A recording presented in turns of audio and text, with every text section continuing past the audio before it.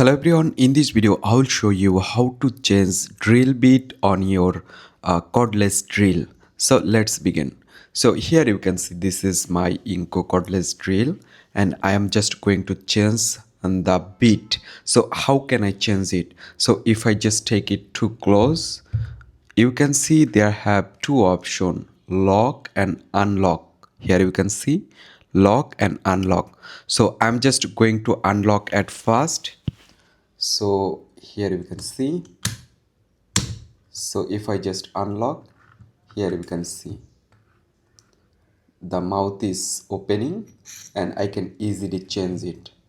So right now I just insert another bit. So here you can see I insert another bit on this mouth and I'm just going to lock.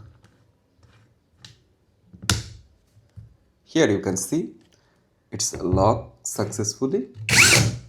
So guys, in this way you can very easily change the bit on a cordless drill very easily. I hope you can understand. Thanks for watching this video.